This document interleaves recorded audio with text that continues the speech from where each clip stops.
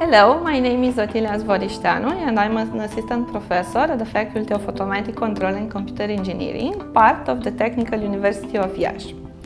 Today I want you to introduce to someone special, but first let's imagine that we have a robot that can see, can speak, can hear you and also can move. Also, this robot is capable to assist you either in classroom or in healthcare environments. This robot exists and its name is NAO. And it is one of the mostly used robots in research centers and educational centers. As you can see, NAO is a little humanoid robot. It has 58 centimeters and around 5.4 kilograms.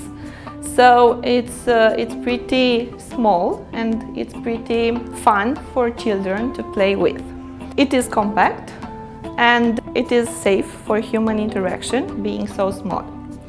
It has 25 degrees of freedoms located at the head, at the arms, at the leg, at the hands, which makes it perfect for movements. Let's move to the technical aspects of NAO.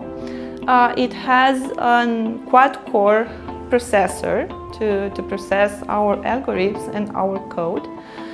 It also has 4 gigabytes of RAM, so it has enough memory to process even complex algorithms. It also has Wi-Fi connections, Ethernet connections and Bluetooth connections, which makes it perfect for real-time operability and communication with the NAO robot.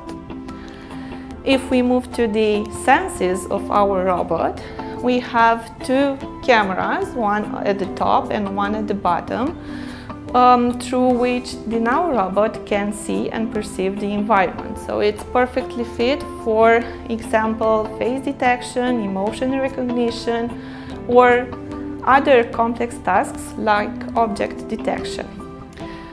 It also has hearings to some omnidirectional microphones, so he can hear us speak, and it also can detect like 20 plus languages, so he can also understand us.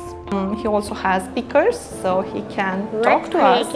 We can have conversation with this little robot if we program to have these conversations.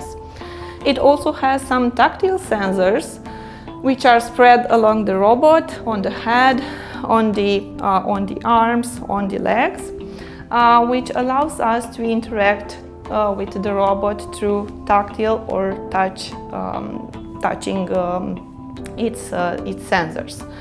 It also has an ultrasound or infrared obstacle detector, which allows him to be able to detect objects and actually to stop before jumping into those objects.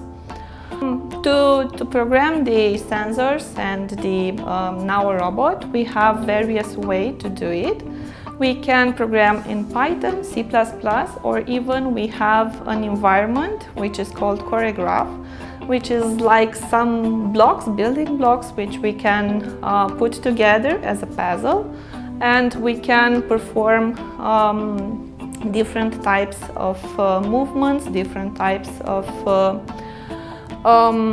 interactions with the NAO robot without knowing something about the programming. This is ideally for children if they want to learn to program the robot. It's easier for them to just put some building blocks and to see the robot in move.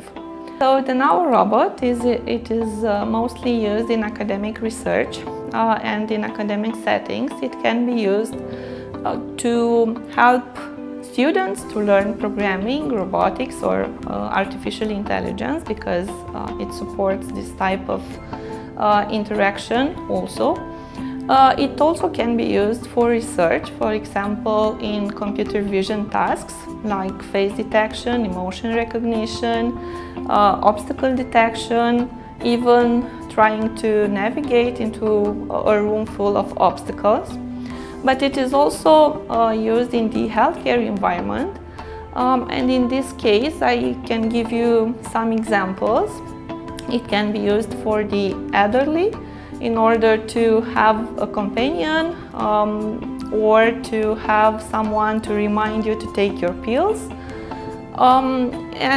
It is also deployed in Texas, in the Children's Hospital, as a companion, which tries to help children to get more comfortable with their procedures that they have to take.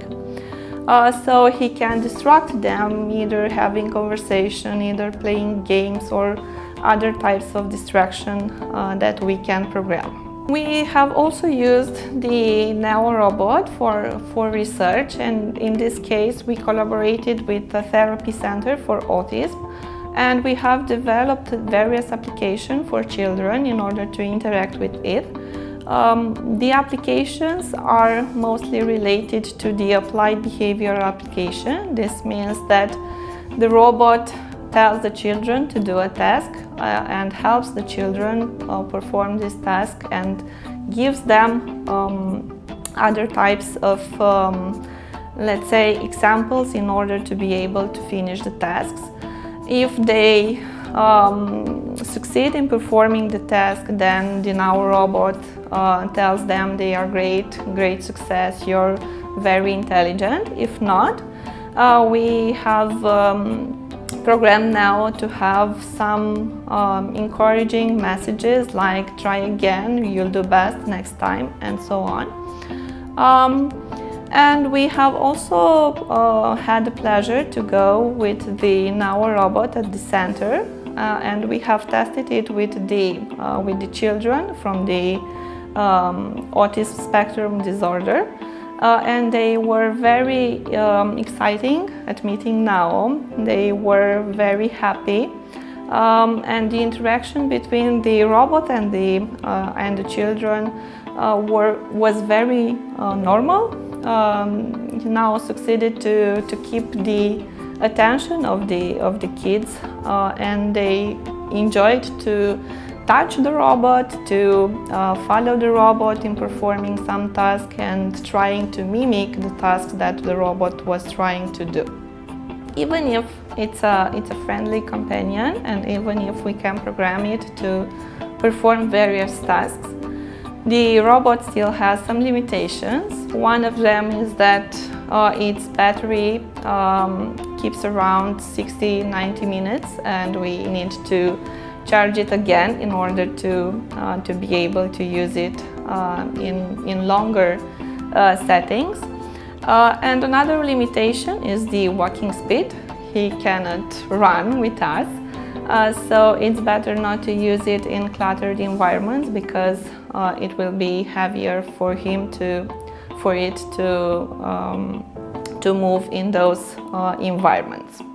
As you can see, NAO is not just a robot, it's like the bridge between the engineering and the human side.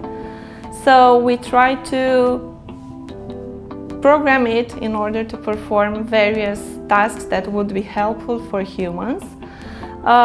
So in this case, the robots are not just a science fiction anymore, but they are trying to be helpful for people. And our job nowadays is to program these robots in order to give the people the help they need.